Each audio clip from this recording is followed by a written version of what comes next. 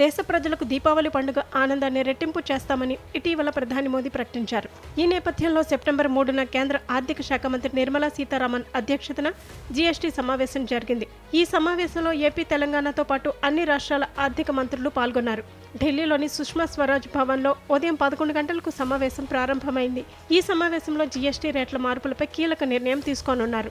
ప్రస్తుతం 5, 12, 18, 28% ఉన్న జీఎస్టీ విధానం స్థానంలో కేవలం 5, 18% పన్ను స్లాబులను మాత్రమే ఉంచాలన్న ప్రతిపాదన ఉంది.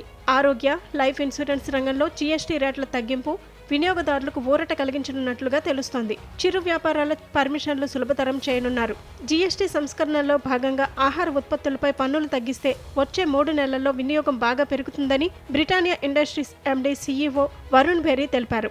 రేట్ల కోతల ప్రయోజనాలను వినియోగదారులకు బదలాయిస్తామన్న ఆయన ఆహార వస్తువులను 5% జీఎస్టీలోకి తీసుకువస్తే తప్పకుండా వినియోగం పెరుగుతుందని అభిప్రాయపడ్డారు. ప్రస్తుత ఆర్థిక సంవత్సరంలో 2వ త్రైమాసికంలో వినియోగదారుల గిరాకీ పెరుగుతుందని, జీఎస్టీ రేట్ల హేతుబద్ధీకరణతో వినియోగం పెరుగుతుందని, ఆ ప్రయోజనాలను వినియోగదారులకు అందిస్తామని consumer care and lighting products CEO Vineet Agarwal అభిప్రాయపడ్డారు. 2500 కంటే ఎక్కువ విలువ కలిగిన దుస్తులపై 18% జీఎస్టీ విధించాలన్న ప్రభుత్వ ప్రతిపాదనతో పరిశ్రమ, మధ్యతరగతిపై ప్రతికూల ప్రభావం పడుతుందని clothing manufacturers association of India పేర్కొంది.